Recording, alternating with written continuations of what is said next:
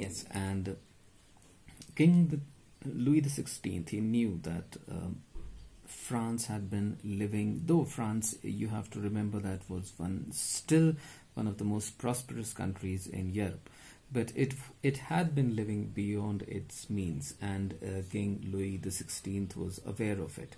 In fact, France had been taking loans from European banks right from Venice to Paris, and that is something which the French government had been doing for a very long time, and to sponsor the American revolutionaries in United States of America.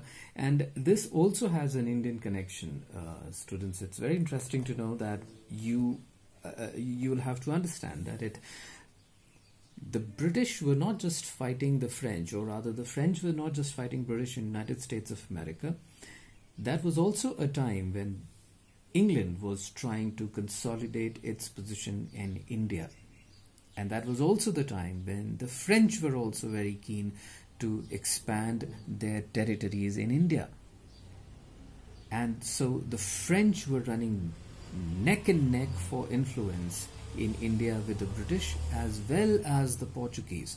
So you can see the French government was spending money not just in France but around the world to expand its influence. But then it did not have a stable tax machinery, an efficient tax machinery to really sponsor that ambition, the colonial ambition of France.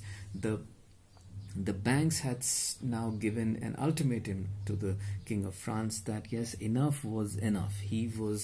They had already lended enough amount of money to the French state, and the payments were not being paid on time. The interest was not being paid on time, and they had stopped the funding. So as you can see, the French state was completely suffocated for resources and money, and the king needed to do something important and very urgently.